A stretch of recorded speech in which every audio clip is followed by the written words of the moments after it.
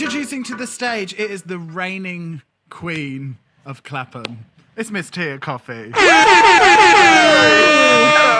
Hello! First things first, congratulations on getting Alan Turing on the new £50 note. Oh, your impact. So great. I think some people actually think that was my fault, and I'm like, absolutely not. Like, nothing to do with me. That's a real thing. But also, just like, how iconic. We have an actual, like, queer icon on, like, British currency. No, but actually, your impact is bringing Alan Turing to these 15-year-olds that watch Drag Race, actually bringing him to the forefront, so now that people know who he is. Right? That was the point. That's incredible. I did not know. My boyfriend had to tell me. He schooled me. Her het boyfriend. Can you believe? Oh. He's an ally. Right. That counts. That's one of the letters. Yeah, people actually, like, people know who Alan is, and that's like, that was the whole point. That was the purpose. That's why I did it. A controversial outfit. Some people love it. Some people hate it. But either way, the conversation happened. Yeah. And I was like, work. Now we all know who Alan Turing is, and also Naomi Campbell. I think it's important and only fair that they actually put you as Alan Turing on the note. Hard disagree. Disagree. I actually, like, literally, ignore the cracked screen, but Alan is literally... Oh, you can't see it because I did the virtual wallpaper. He's my wallpaper. Genuinely obsessed. Genuinely obsessed. And such an awful tale as well. Like, a reminder of how awful the government is. Right. And that's the, like, whole thing for me, is, like, actually being able to represent him in full drag on the BBC after, like, how he was treated, how he's been persecuted in the past just because of his sexuality. It's like a clear reminder that our rights are only there if we continue to fight for them. Exactly. So relevant at the moment as well, with the government trying our last nerves these days constantly, aren't they? And it wasn't even a long time ago as well. This was like just after the war. So it's like, this isn't some like yesteryear tale of persecution. It's like within this, it's crazy. But literally brought to the forefront for all these young children. Yeah, exactly that. And I got to wear a jazzy suit on TV, so that was nice. Yeah, and the most iconic meme of the season. You cannot swing a dick on Twitter for seeing that meme every 2 seconds. I wish it was, like, intentional, but, like, basically every single runway presentation that I did was me in my head being like, right, I'm going to be fierce, like all of these fashion bitches on this season right now. And then I hit the runway and I'm like, fuck, why am I doing the Macarena? I hate my life. I'm panicking. Okay, let's just get off the stage. But that's why people love you so much. You're just Tia doing Tia. Yeah, it's the anxiety and insecurity just really comes to the forefront. Relatable. That's showbiz. Yeah, literally. Okay, we need to ask Tia, as East London Queens, the East London Clapham beef. Tell us. It's so real. Like, I genuinely meant that when I said it. No, not. What am I talking about? I watched that back and I was like, who are you? What are you saying? It's like sometimes, you know, obviously, like, the good thing about our season is that I feel like it was very real and genuine and, like, everyone's personalities. But, you know, once in a while, you might say something that may have been constructed slightly for entertainment purposes. No, I do not think that East London Queens can't perform. Like, what a ridiculous statement to make. Absolutely. No, sorry. Look at Bimini doing headstands left, right, and centre. Crystal with the angle grinder. Like, we thought they might just be like, look, you're from one geographical location, you're from another. Like, can you just pretend? Like, just pretend you're angry at each other. And that's where it came from. Just to pretend. No, it wasn't even that. I think just like, because that was like the first day, like before we'd walked in and all of that kind of thing. And I think I was just like really like feeling like oats, trying to be like sassy like when we were recording the thing. And I was like, yeah, I'm a bad bitch from Clapham. Yes, like absolutely not. None of that. Do not stand by that as a statement whatsoever. and really bumpy lashes knife on. Thank you. So apart from all these lies, how accurate do you feel that you were portrayed and your drag portrayed in the show by production? Do we get the full Tia experience? Oh, absolutely. Experience. I love that. Yeah, absolutely. I think it was pretty honest and pretty truthful. I mean, it was pretty realistic to what I do generally, as you can see, because I mean, the standards were a horror's here, and I'm just wearing clothes as best I can. At least not H&M though, am I right? Yeah. Well, do you know, funny thing, I didn't realise it, but watching the episode back, the next episode when Rue's doing the walk around for the Snatch game, I'm like sat there with my little bomber jacket on. It's from H&M. So that was a full moment of being like, she told me not to. And here I am, just sporting her least favourite brand directly in her face. Also, an ASOS jacket was so celebrated on the runway. Like, it's real picks and chooses, you know? And there was it's styling choices though, isn't it? Like at the time I was like, Astina in ASOS, and then I watched it and I was like, yes, bitch. Yeah. It's fantastic. Like you can't argue with it. It was correct. I even thought that at the time, I was like, sure, like maybe it wouldn't have been my personal choice, but I thought Joe Black looked quite good in that dress. It was more the boot. It was more the styling of the whole of it as a look. It's been auctioned off now. I think they raised like $4,000 for charity or something. The infamous pink tickets shroud. Are still available for that raffle. You can still buy a ticket to enter the raffle for Joe Black's H&M dress, raising money for vegan. Swipe up. Lovely. And that was, I'm sure someone was like, it's like a £19.99 dress. So if they make like thousands of pounds on it, gorgeous. Yeah, gorgeous. It'd be a perfect moment. But it was an accurate portrayal of my drag, I think, because I like to do like stupid things and also like not like, you know, break the bank, because like we're not out here on stage earning like millions of pounds for performances. Like, and we're not winning 100k either. So that too. I'm not spending thousands of pounds for a badge, guys. But maybe I should have done. You live and you learn. How it seemed from a viewer, you came and did what you wanted to do. That's what it seemed like. It seemed like you were at peace with what you put on the show, which is not always the case. Yeah. I mean, I think there were a lot of critiques of like my runways and things like that, like particularly on the sewing challenge. And I was like very nervous about that episode because I was like, Mama, I don't know how I won that lip sync against Astina. I don't know what had happened. Like, I don't know how that is even conceivably possible on this earth on this day. But I was like very excited to like watch it back. And I looked at my outfit and I was like, I'm actually quite proud of that. It's disgusting, but like I made it myself, and that's good for me. Because I just didn't have the sewing skills available to me at that time. But we did you try to learn before you went? Were you like, right, let's do a whistle-stop tour of sewing, or just like? Yeah. So I learned how to sew one dress, like one particular style out of like fabric, and then I worked really hard on like unconventional materials. So there's me like plaiting bin bags to like make like straps and like all of that kind of thing. So I thought I had a plan for the unconventional, and I was like, if there's fabric, I can make this one dress. I am 6'5", so when they give you a box of like meter square bits of fabric, and I've only learned how to make a gown.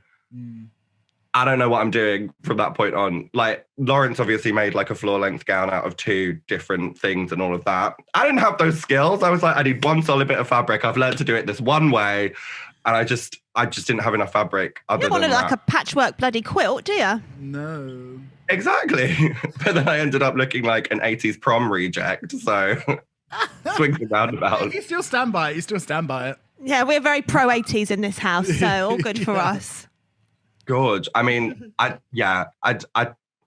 maybe tweak it a bit now, but I'd fully wear that. She was camp. She was She had one sleeve. That's fashion, right?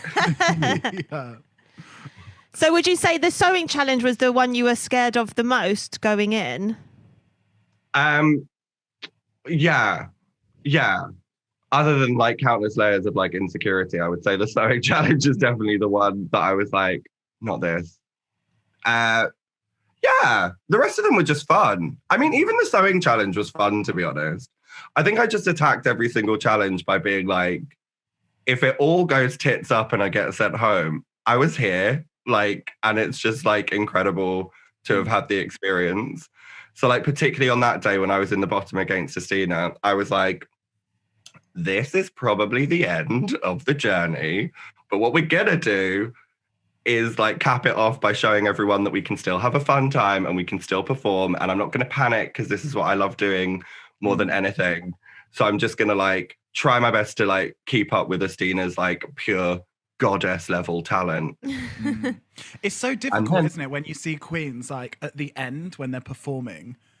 There's so much riding on it, so it's so stressful. But it's like you said, it's like this is what you do. Like enjoy it, like fuck up the performance, have a good time. But it's like for some people, it's just too stressful, and you kind of But it's different areas, isn't it? Like obviously, like you know, some people haven't performed as much, but they've really sort of like focused on like the look and like have that sort of like pure like Instagram energy, looking gorgeous all the time.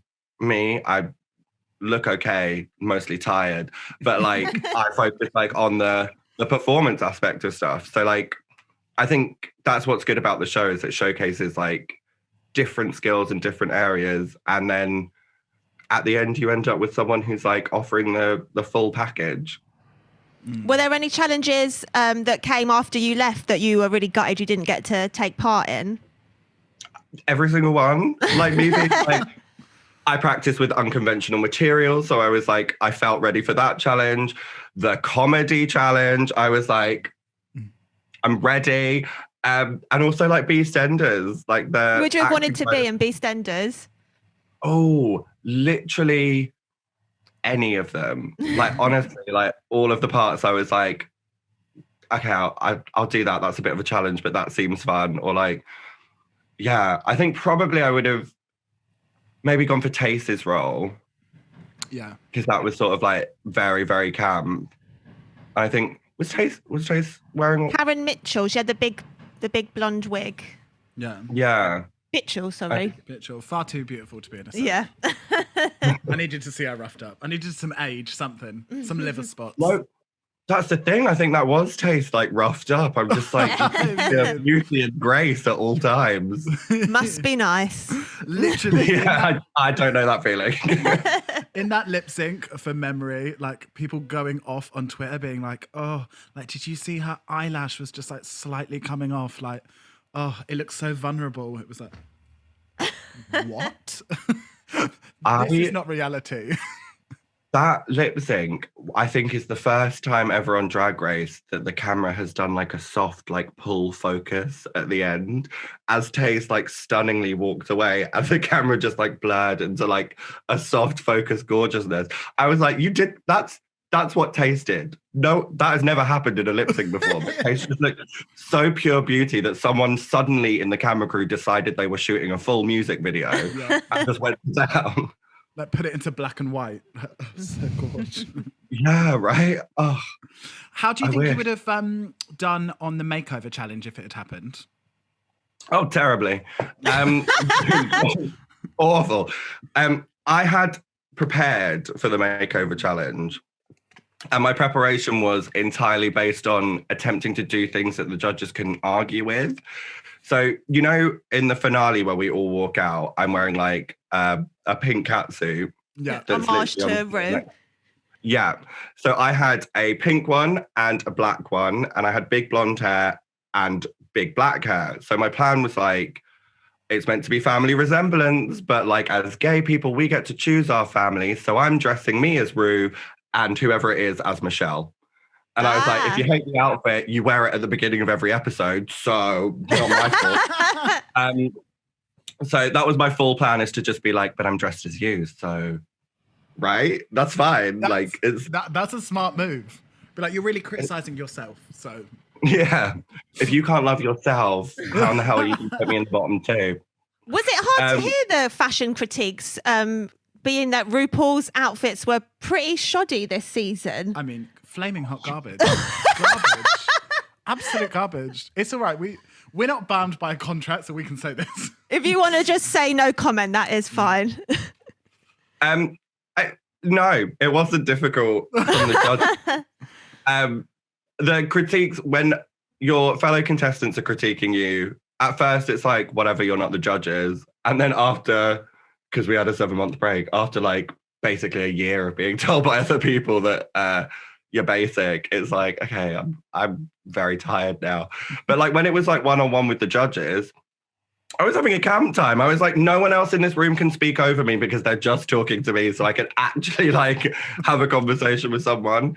So like even Michelle being like the moment on the sewing challenge, I was like, that's fine. It's like I already know that this is not a great outfit, so like you're so good at that. Like if ever there was a bad comment from either the judges or the girls, like straight away you've like turned it into a joke, and like it just seemed to just not really phase you that much, which was nice. You were like one of the funniest people just to hear the confessionals and stuff. Your thoughts. You were the narrator of the season.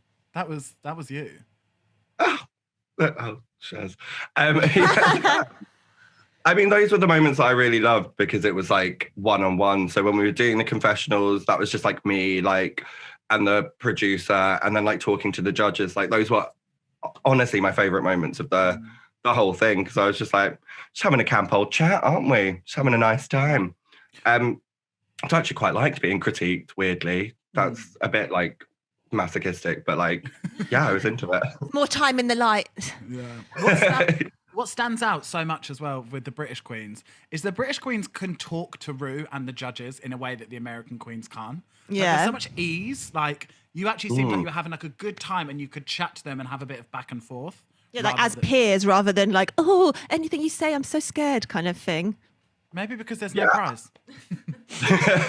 Well, I think the judges quite enjoyed that because it's like, you know, Ru's favorite thing the whole time is always like, she just wants to like laugh and have a good time. And like I think with the British queens we're just like, yeah, it's just campus tits, like let's just like have a nice little chat with Rupaul while we can.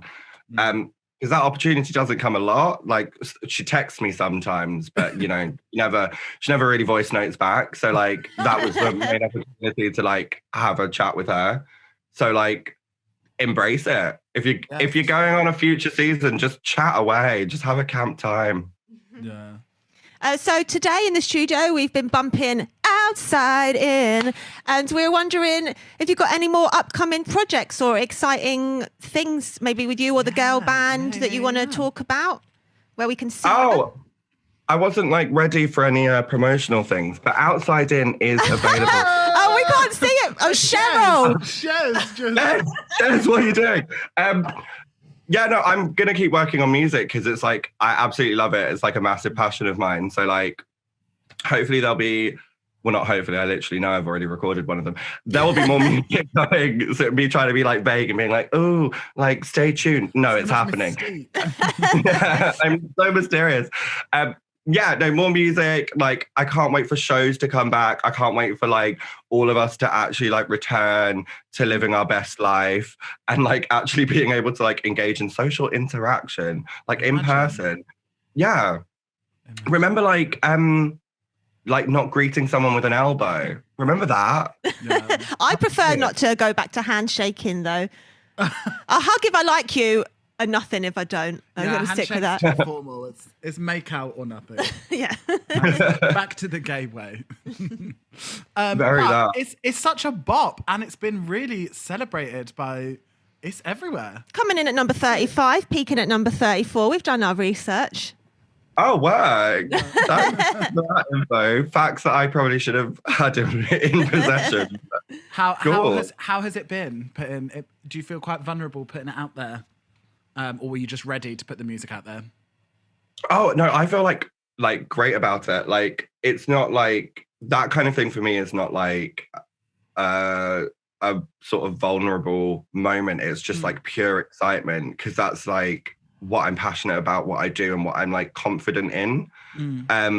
Particularly, probably didn't come across as confident in anything while I was on the show, but like in the real world, I actually feel quite confident about like performing and things like that. So like that's what I was excited about, and like getting a video together in a lockdown situation with like social distance and like absolutely no resources available was really fun. I was just like, let's get creative and just figure this out. Yeah, so that was like really exciting. And that's like definitely something that I'm going to be focusing on moving forward. Is that going to be some solo collab. stuff or stuff with the girls? The Vixens? Oh yeah, plug your group, girl. Plug your group. Yeah, I'm in a girl group called the Vixens, but also all my music will be solo. She's doing a Beyonce. Yeah, shout out to Kelly and Michelle. Latoya and Latavia. Someone remembers you somewhere. I actually I remember like ages ago, I was like really interested in like what Latoya and Latavia were up to. And I like did some research, and like one of them was doing like a regional production of a musical. And I was like, do you know what? Work. Like, you were in Destiny's Child. You're not now. We move. Like, do you? Yes. Oh, you are the plant in Little Shop of Horrors. Congratulations. You think I wouldn't pay money to fly over to the United States to watch a regional production featuring a former member of Destiny's Child? I mean, yes. it's right. 100%. So, who would Tia Kofi's parents be? Who birthed her? Doesn't have to be male, female. They can be whatever you like. Who birthed me? So I sort of fell into drag like by mistake. So I started off basically taking like my own shows to the Edinburgh Fringe. And then I saw this show called Saucy Jack and the Space Vixens, which had a drag character in it. And instead of being like, I'll just wait for the auditions, I was like, I'm going to secure the rights to this musical, produce it myself, and cast myself in the role that I want. Amazing. And like fully did that. And I was just like looking for a venue because I wanted to set it in a bar. And I'd like never been south of the river. Like I was fully like northeast London, ironically, like, where I was. And we just came south of the river on foot looking for venues, stumbled across the Two Brewers in Clapham, me being like, what's Clapham? I've never heard of her. And the venue manager was like, yeah, go for it. And then he was like watching the show and he was like, can you enter Drag Idol, this like national competition? And I was like, not on my own. So I got two of the other people from the show to like make a girl group with me. We looked horrific. But like we made it all the way to the final, like a national final. There were like over 200 people entered across the UK or whatever. We made it to the final. Danny Beard won that year. The Vixens came second and Something One came third. Yes, Something, I beat you. Sorry. But yeah, it happened. What can I say? And that's how it all like started. So I guess like Jimmy Smith from the Two Brewers, who's the manager, is responsible for my drag. Weirdly, it's like not necessarily queens. It's like venue owners. Angel, who used to be Halfway to Heaven, and then like all the queens at Halfway to Heaven like adopted us, and they were like, so here's what you need to do. There's a thing called eyelashes that you like have you heard of eyeliner? Like it was literally like that level. So like Rose Garden, Tanya Hyde, and probably like Crystal Decanter were responsible for like the three of us. They sort of each adopted like one of us in a way. And like Tanya sort of took me. Finger painting with like face paints before or something. No joke. I like fully turned up. We like went to like Superdrug because we were like, what's makeup? Like bought it. And I was like, we were all getting ready in the dressing room with all these other queens who had entered the competition and had been doing it for like years. And I was there with my like eyeshadow palette and like, you know, those little like tiny applicators that you get the in like foam one. Oh, the worst. Yeah. This was like Claire's Accessories like level. And I was like putting this like gold shimmer, which is basically my skin tone. So there was nothing on my like eyelids, scraped my hair back, clipped on a ponytail piece. You could not tell me that I was not Sporty Spice, like bury that energy. Looking a full hot mess. We still made it to the final. But I like, imagine there was a lovely sort of feather lash involved, maybe. I am not feather lashes. Not convinced that I even wore a lash that first time. Baby steps. Yeah, like little. But that was like, I think that was, when did we do Drag Idol? It's like 2014 or 2015 maybe. So like that was just on the cusp of like, we knew that makeup tutorials existed on the internet, but like, did we watch them? No. Like, It was that tough like before the YouTube tutorials. When I was a teenager, there was no one to copy. I just had to knock about with a bit of coal and hope for the best. Yeah. right. And for drag, the landscape of drag and like accessibility for it is mental now. You can literally go on YouTube and be like, right, how do I block my brows? How do I do my makeup? How do I style wigs? You can do you can learn every single skill you need online. And there was none of that even like 3 years ago. And it's mad, like literally like the new drag performers like literally come out of the womb and they're like, hi, look at me. My mug is like as good as Gothy's. Like, what do you want from me? Like, and I'm like, I still don't look like that. Who's your gold standard for face? Who are you like? Maybe it's Gothy, but who are you like? Their face is. Oh, I feel like there's like there's definitely different people for like different vibes because like particularly like on like season 2, I'm like, I kind of like taste like, come on, like absolute pinnacle of like gorgeous, pure like beauty, model gorgeousness. Yeah, exactly. But then also like I love like I'm often on like FaceTime to Joe while Joe Black's getting ready. I'm just obsessed with Joe Black's makeup because it's just like so like this sort of like cartoonish like 20s like almost like gothic eye, and I'm like, I'm terrified of black eyeshadow, and you're just there being like straight on the head. Like I think everyone's makeup just fascinates me because people do it so differently. So I'll just maybe you could do a series of lives where they're all giving you like in real time tutorials and you're doing a face with them. Yeah, no, a lovely Joe Black on Tia. It'll be great. I think I might actually do that because I posted a picture with like Sisters Blue Circle the other day. Oh yeah, that's good. And people were like, maybe you should do a series of these, and I'm like, maybe I should do everyone's makeup terribly. That's a great idea. Another iconic painter, Sister. I love the way Sister does her eyes. Gorgeous. Can you help us out? Where in the Prisoner of Azkaban will we find you? Are you a Hufflepuff? I am That's a all Hufflepuff. I've seen. I've tried to Google it and look for images, but I can't find any pictures of you. Because I'm an out of focus blur in the background. Like I'm just not there. I think originally I was in a lot more scenes. Like I was meant to be in the background of a classroom scene and then at like Hogsmeade and then also in like a Quidditch match. And like I got cut out of all of these things and I couldn't figure out why. And then I like looking back on it, like I think it's because I looked pretty much the same as the guy who played Dean Thomas. When we were like the same age, we were basically twins. So I was like, did they just think he is so fucking fit? Oh, we aged very differently. Very differently. Age 12, twins. Now, before and after, like it's a mess. But like I think that's probably why I was like cut out of so many scenes. But if you watch the Great Hall scene when everyone's like sleeping on the floor, there's a close-up of Filch walking through, and me and my friend Priz are the two sleeping bags where you can't see what's in it, but it's human teenagers and we are them. Next time I watch it, I'm going to take a picture and tag you, let the world know. That's Tia's butt. Look, just a grey blur on the floor. Very my energy. So what is the future of Tia? What is upcoming? What do we have coming from you?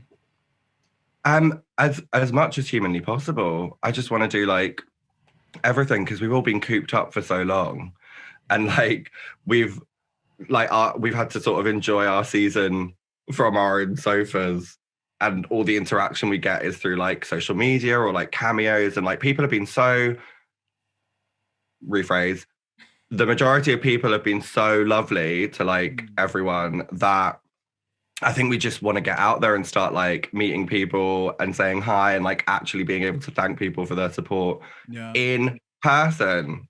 Imagine. How engaged are you with social media? Because obviously for the queens, for the Rue girls, social media can be a bit of a gauntlet. How involved do you get?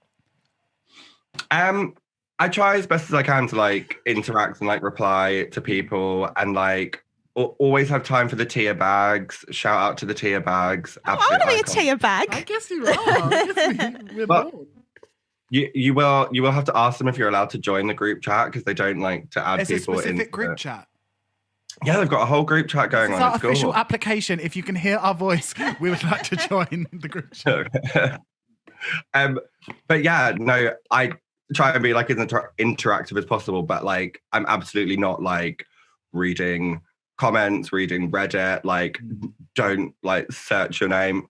If you get mentioned, go for it. Sure, I'll read it, but like, yeah, it could Don't be. go out looking for things you might not want to see.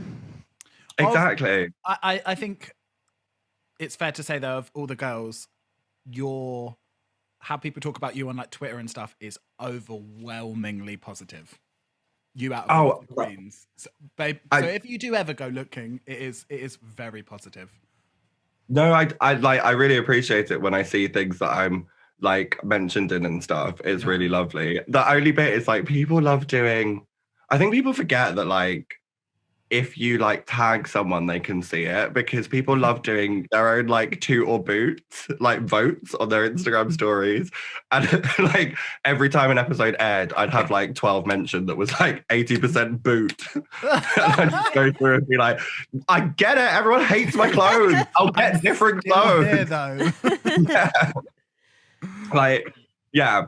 But I feel really grateful. I've been like really lucky. And I know that like other people like Sister has spoken about it and Lawrence has spoken about it, that they've had a more difficult time.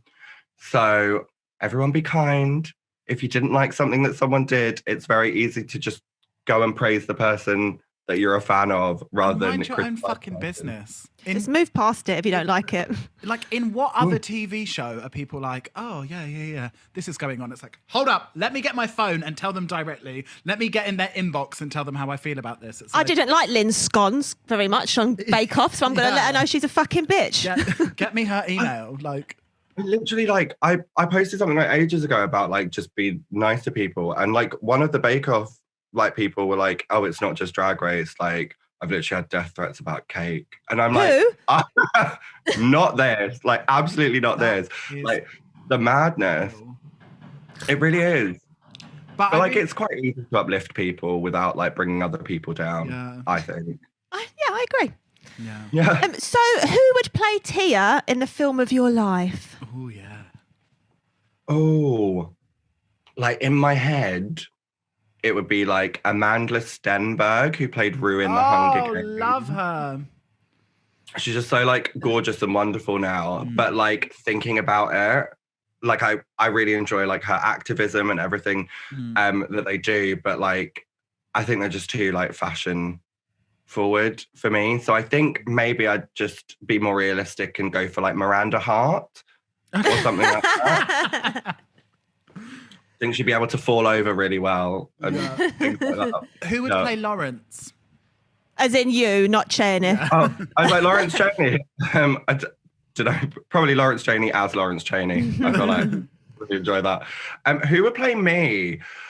Oh, good question. And things that I should have thought about in my life. I love like doing that thing where you're like casting like shows out of. I always sit on the phone to like someone and like I'm just talking to like Vinegar and I'm like, yeah, but like if we did like a stage production of Six the Musical, like which queens would play who? Like that's always whenever someone starts dating someone like a friend, I'll be like, who would play them in the film of their life? This is very important. What energy are they giving?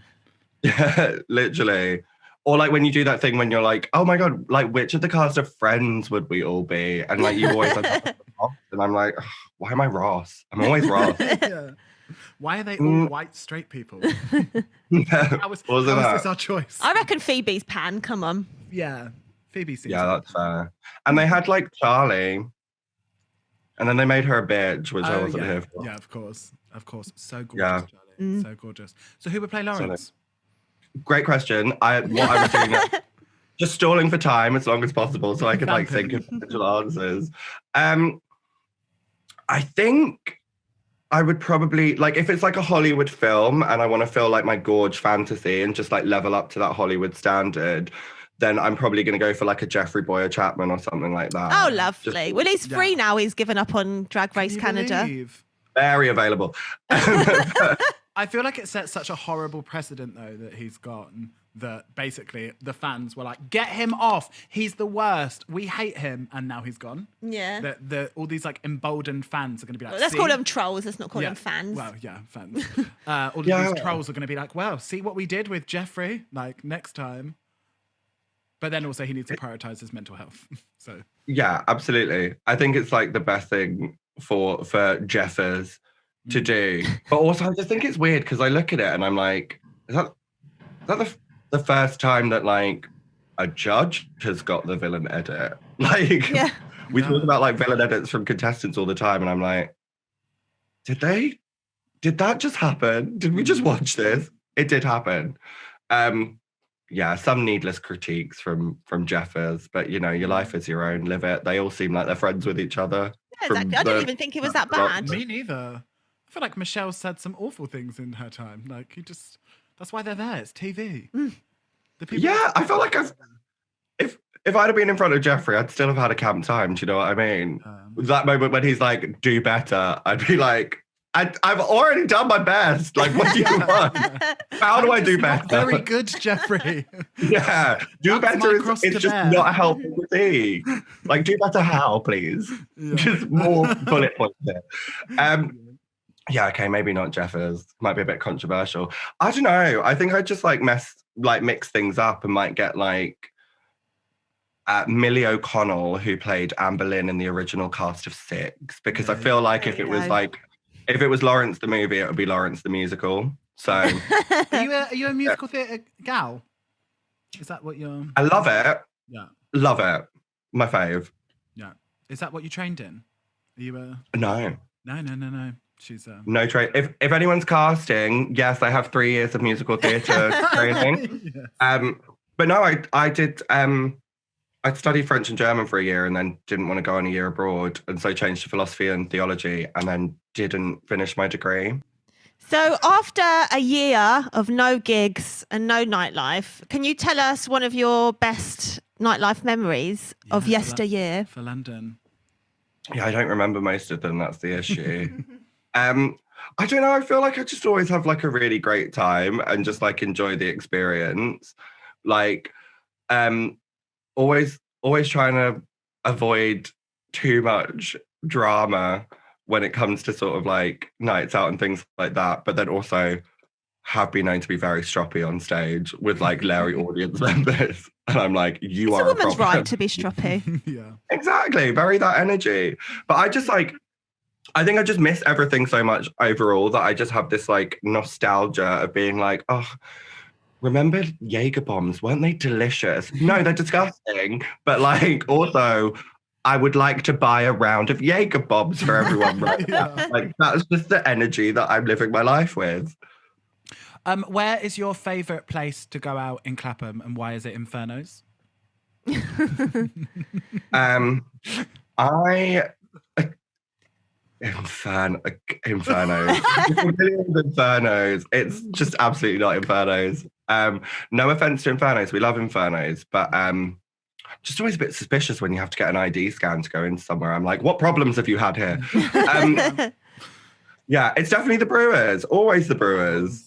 Forever. That is home to me. It's like, it's very comfortable, and something that I like wish I'd known sort of like growing up is that like when I was a lot younger, sort of going into like queer venues was really nerve-wracking, because I was like, I'm a baby gay and I like don't understand and like what's going on. And like now it's like, this is familiar. I will know half the people when I walk in there. It's comfortable. Like, you will never see me at a Be At One ever again in my life unless they're offering a sponsored post, in which case I'm available. But like, that's like the energy. It's just like so comfortable. It feels like a second home, and I can just like roll in there. Even if no one's there, I probably will find like someone that I know, even if it's the bar staff. Like, it's like gorgeous. Love it. And also shout out to the Grand. Yeah. Clapham. Although they also do have those scanners. Yeah. So probably a lot of stabbings, I'd say. No, it's sensible. But like the Grand is like such a great place. I filmed like a Eurovision musical called Eurobeat Pride of Europe there on Friday. Yeah. Oh, it's available for streaming on streaming platforms next week or this week at some point. I've tweeted it somewhere. But yeah, it's such a gorgeous, gorgeous venue. And like the quantity of sort of like they have events across the board, but like so many sort of queer events at the Clapham ground. So it's such an important part of the South London queer community. Yeah. And luckily for us, a friend runs it, and it's now basically the only venue that all the Rue girls go to as well in London, which is crazy for Clapham. Like, thank you for that free box, Ali Wolf.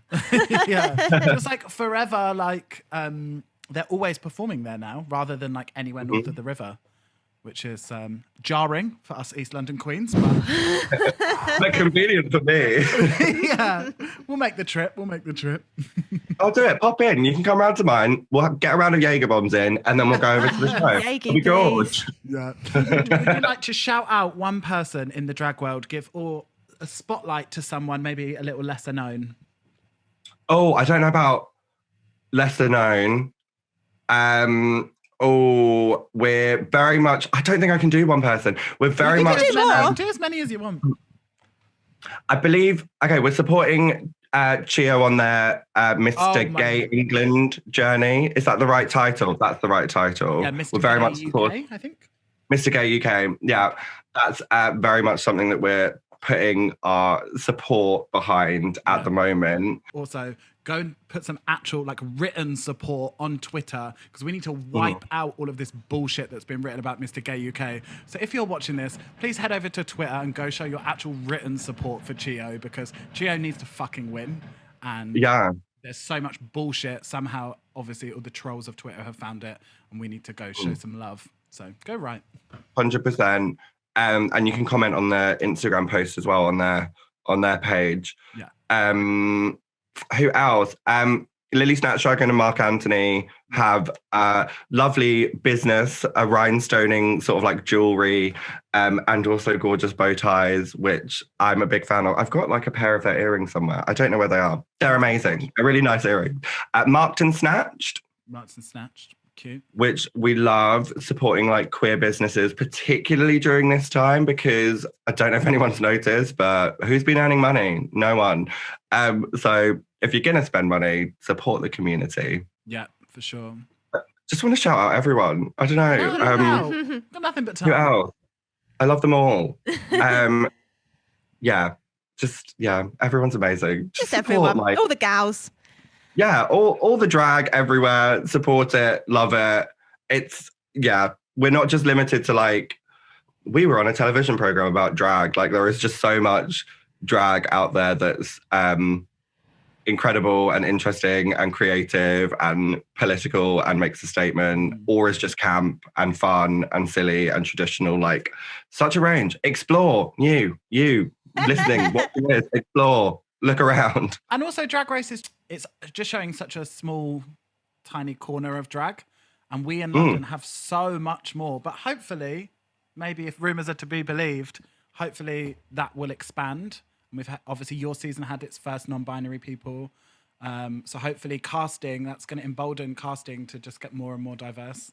Hopefully. Yeah, well, our season had the first conversation about non-binary identities. I think on season 1, I believe one of the contestants does also define that. But apologies, this is true. DDC. But apparently it was just not shown. Yeah, but it's good that conversation sort of like happened. Yeah.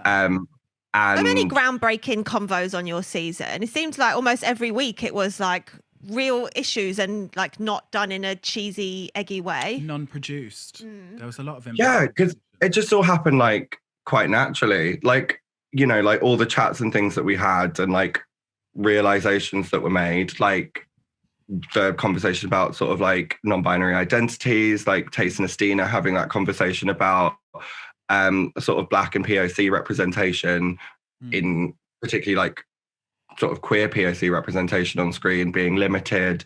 Like, I think we did good.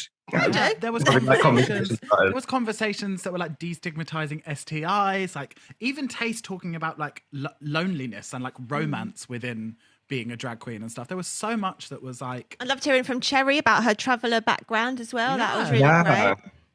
It was mad. The best season yet of Drag Race.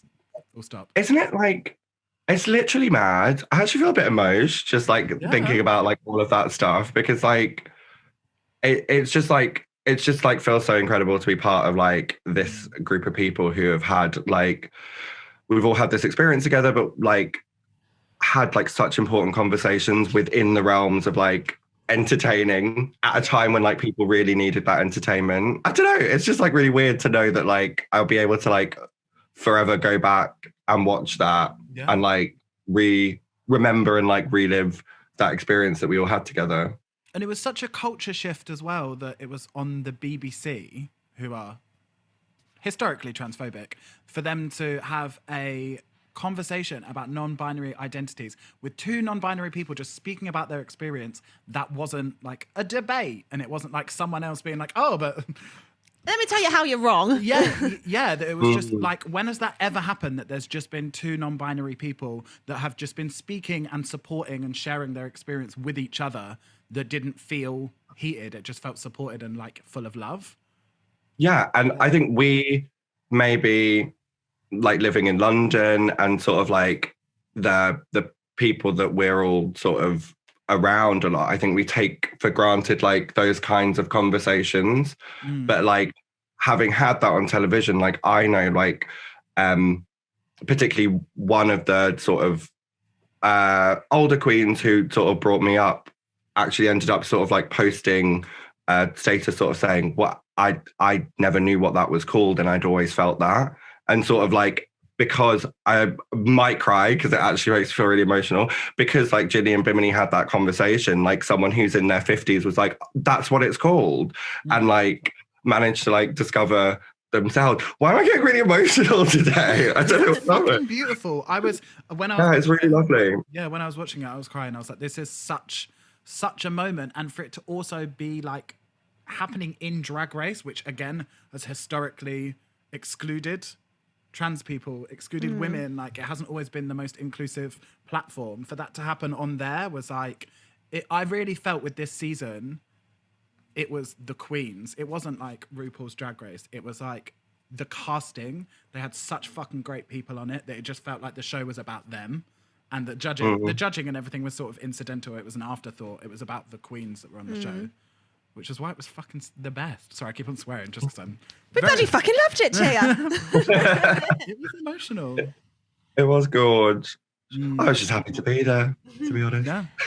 And since your meteoric rise to fame, have you had any new like celeb follower which is just like blowing your mind? Like, okay, the first thing that came to my name was like Borat, but maybe not Sacha Baron Cohen. But just like someone very random or very famous, you're just like, what? You follow me? Oh, yeah, this is like recent as well. So Bimini and I are followed by Ariana Grande, which is like... Whoa! I've actually got my Ari pony on now. Right? Thank you for following me, Ari. I know you're not flipping like, horsehair in my mouth. Isn't that mad? That is crazy. That's big time, especially because now she is the artist with the most songs lip synced to since last Saturday. Full of the facts, aren't you? Yeah, she's on Instagram looking at facts. Yeah. That is yeah, that one's bad. But I was like, I find them all really exciting, and it's like really bad because I'm like such a nerd when it comes to stuff like that. So I got like a message from the guy who played Hodor in Game of Thrones. I was like, work, yeah. Is he the big giant one? Yeah. I was like, I'm here for Lol. this. Thank you.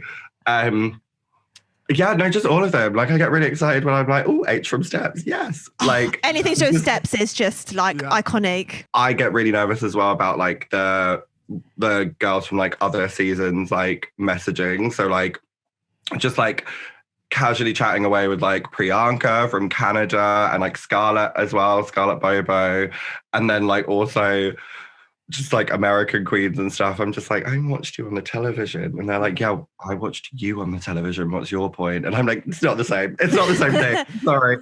Priyanka was actually someone that I was thinking of when I was saying earlier about like the overwhelming positivity. I remember seeing Priyanka just being like, Tia Kofi is my life on Twitter, just like going crazy about you. It's like, yeah, it's so strange because it's just, they are just queens as well that have just been on telly. So you're all the Ru girls are just as one now. She's very leggy. Maybe we can see Priyanka and Tia kind of back-to-back buddy cop kind of situation in the future. Yeah. I'd like to see it. Maybe. There might be something. Can you believe RuPaul's obsession with you becoming a model? It was mentioned in the episode on the telly. He was like, she wants to cut your legs off. You are sample size. It was like... Oh yeah, very that. It was bizarre, wasn't it? But I can see why. I can see why she thought that I was gorgeous. But, we see it. I think she could see like where the elevation could go, and that I hadn't quite like reached my like sort of third Pokemon evolved form situation.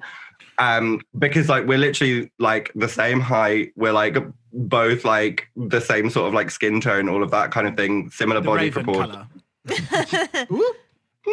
Yeah.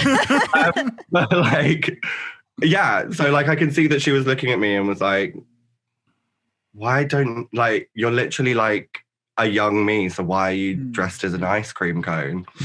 And I'm stood there being like, because it's camp, because it's a fun time. Ru, this is what happens when you make your own decisions about what you wear. Like, you do your own face. Imagine. Well, I need to get better at that. That's what, like, I'm working on the makeup game at the moment because I'm like, literally, like, I mean, I cried about it on the show, but like being stood next to Taste and just all the time, like, Taste is there, like. But that's just an unfair comparison. Like, the beauty of Taste is like unparalleled. There's never been. I feel like the majority of Ru girls would be like, I can't stand next to her. Yeah, she's been held like the most beautiful drag race queen of all time, isn't she? God, imagine just like even being close to having that title. Can you imagine? Top 5. Yeah. I'll do like, top 20 UK. I think I probably made it into the top 22 of the UK. Mostly for drag race girls all the time. Yeah, like Taste like literally is like so incredibly stunning. Do you know what? I'd love to like get Taste to paint my face and just be like, let's see how you deal with this. That's your skills. It has been an absolute pleasure talking to you, my angel. Thank you so much for chatting with us. No, thanks for having me. It's been a camp time. Truly. It's been an emotional time. It has. And you've got your pod starting with Vinegar soon, is that correct? Has that been announced? Oh, yeah, that's a thing that's happening that I totally forgot about until Will tweeted it. That is literally a thing that's happening. There's lots going on. Like, I'm just excited because I think everyone's doing like the most and has loads of exciting projects coming up. So just follow everyone, look at their Twitters, see what's going on. Also follow other drag performers who weren't on Drag Race. Yeah. Just do everything. Yeah, everyone do the most. We're doing the most. Absolutely. Well, thank you so much. Hopefully we'll see you in a box at the Clapham Grand doing Jaeger bombs sometime soon. Yeah. That's the dream. I can't wait. It's all we've dreamed of. Yeah. It's coming soon. Amazing. Right, we'll see you in Clapham. Thank you so much. See you later. Bye.